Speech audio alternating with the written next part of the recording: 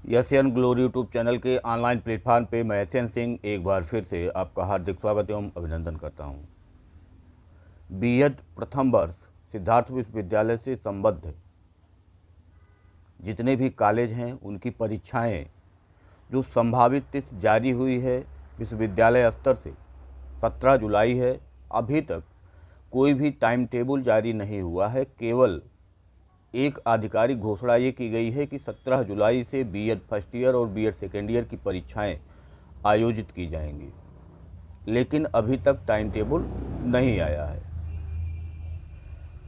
सभी जितने भी प्रशिक्षु होंगे सभी अपनी तैयारियों में लगे हुए होंगे और उसी तैयारी को ध्यान में रखते हुए हम आपके साथ लगातार जो प्रीवियस ईयर के पेपर हैं, जो पिछले वर्ष के प्रश्न पत्र हैं, उससे संबंधित जितने भी पेपर हैं उस पे हम डिस्कशन कर रहे हैं। आज हम डिस्कशन करने वाले हैं जो पिछला साल था 2022, उसमें जो पूछा गया पेपर था समसामयिक भारत एवं शिक्षा, यानी कि जो आपका थर्ड पेपर है बीएड फर्स्ट ईयर का थर्ड पेपर समसामयिक भारत एवं शिक्षा, यानी जब आप वैदिक काल से लेकर के और आज तक के शिक्षा की पूरी प्रणाली को आप पढ़ते हैं, पूरे सिस्टम को आप पढ़ते हैं, तो वही जो सिलेबस होता है वो समसामयिक भारत शिक्षा से संबंधित होता है। तो आइए चर्चा की शुरुआत करते हैं कि कौन कौन से प्रश्न हैं जो महत्वपूर्ण हैं और किस प्रकार के प्रश्न आपकी परीक्षाओं में पूछे जाते हैं। अगर आप चैनल में नए हैं तो चैनल को लाइक करिए, सब्सक्राइब करिए और अपने दोस्तों को शेयर जरूर करिएगा।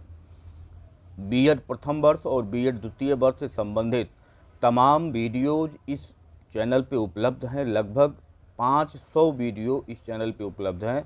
आपको जब भी कोई टॉपिक खोजना हो तो एशियन ग्लोरी और उस टॉपिक का नाम लिख करके यूट्यूब पे आप सर्च करिएगा, वो टॉपिक आपको मिल जाएगा। आप हमारे टेलीग्राम चैनल को भी ज्वाइन कर सकते हैं। एशियन ग्लोरी टेलीग्राम चैनल है, एशियन ग्लोरी को सर्च करिएगा तो आपको टेलीग्राम चैनल भी आपको उपलब्ध मिलेगा। उस पर भी आपको प्रीवियस ईयर के पेपर और तमाम सारे वीडियोज उस पर भी आपको उपलब्ध मिलेंगे। तो आइए शुरुआत करते हैं कि पेपर किस प्रकार का आया हुआ था पिछले साल और किस प्रकार की तैयारी आपको करना है। सबसे पहले 5 प्रश्नों के उत्तर देना है आपको। प्रश्न संख्या 1 अनिवार्य है, ऐसा इसमें बताया गया है। अब जो प्रश्न संख्या 1 अनिवार्य है उसमें सबसे पहला क्वेश्चन समावर्तन संस्कार से पूछा गया था। दूसरा क्वेश्चन मुस्लिम शिक्षा के उद्देश्य, तीसरा क्वेश्चन मिड डे मील और चौथा क्वेश्चन शिक्षा में पूर्व औपनिवेशिक युग से आप क्या समझते हैं। ये 4 टिप्पणी थी। टिप्पणी 250 शब्दों में आपको लिखना होता है और ये महत्वपूर्ण ये होता है कि ये अनिवार्य होता है सबके लिए, सबको करना है, अनिवार्य रूप से करना है। उसके बाद अगर हम दूसरे क्वेश्चन पे चलें तो दूसरा क्वेश्चन यहाँ था कि मैकाले के विवरण पत्र की प्रमुख सिफारिशों की विवेचना कीजिए। 1000 वर्ड में इस क्वेश्चन का उत्तर देना है। 16 नंबर का ये क्वेश्चन है। मैकाले के विवरण पत्र की प्रमुख सिफारिशों की विवेचना कीजिए, ये आपका दूसरा क्वेश्चन था 16 नंबर का। तीसरे क्वेश्चन पे चलें तो वर्धा शिक्षा योजना की मुख्य विशेषताओं की विवेचना कीजिए तथा इसकी विफलता के लिए उत्तरदायी कारकों का वर्णन कीजिए, ये तीसरा क्वेश्चन था। चौथा क्वेश्चन था महिला शिक्षा के संबंध में विभिन्न शिक्षा आयोगों की सिफारिशों का वर्णन कीजिए, ये चौथा क्वेश्चन था। और पांचवा क्वेश्चन पूर्व औपनिवेशिक काल में शिक्षा की मुख्य विशेषताओं की विवेचना कीजिए, वर्तमान शिक्षा में इसकी प्रासंगिकता को उल्लेखित कीजिए, ये आपका पांचवा क्वेश्चन था। यानी ये 4 क्वेश्चन से पार्ट आ से हुए और इसमें से 2 क्वेश्चन आपको करने हैं। 1000 वर्ड में आपको लिखना है।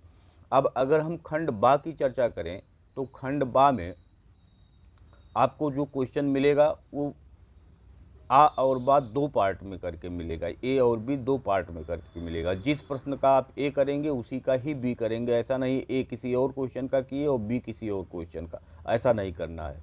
इसमें से भी 2 प्रश्न के उत्तर आपको देने हैं और 500 वर्ड में देने हैं। तो पहला था गोखले बिल 1911 की विवेचना कीजिए। लोकतंत्र के रूप में संवैधानिक मूल्यों को बढ़ावा देने में शिक्षा की भूमिका का वर्णन कीजिए, ये आपका छठा क्वेश्चन यानी पार्ट ए गोखले बिल 1911 से संबंधित। और पार्ट बी लोकतंत्र के रूप में संवैधानिक मूल्यों को बढ़ावा देने में शिक्षा की भूमिका का वर्णन करना था यहाँ। आगे बढ़ेंगे तो 7वां क्वेश्चन का पार्ट ए था, प्राथमिक शिक्षा के संवैधानिक प्रावधानों की व्याख्या कीजिए, और बी था, बौद्ध शिक्षा की प्रमुख विशेषताओं का वर्णन कीजिए।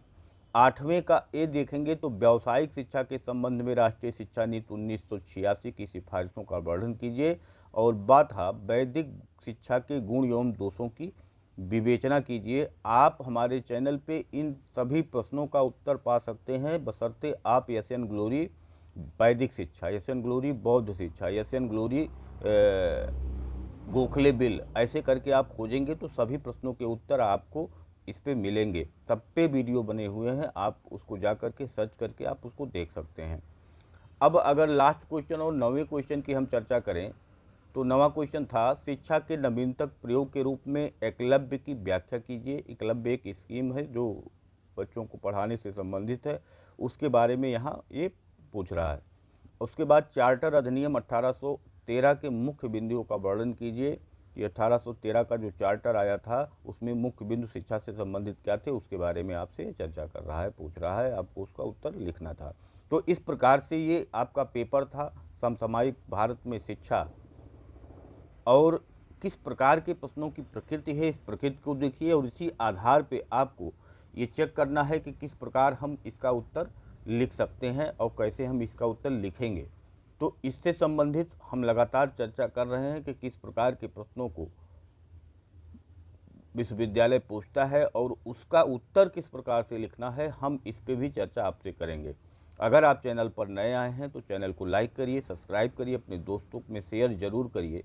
आपकी पूरी परीक्षा की तैयारी बीएड और फर्स्ट ईयर और बीएड सेकेंड ईयर इस चैनल पे कराया जाता है। आप तमाम पुराने वीडियो जो हैं उस वीडियोज को देख करके आप अपने तैयारी को और अच्छा कर सकते हैं। आज के लिए इतना ही, धन्यवाद, नमस्कार।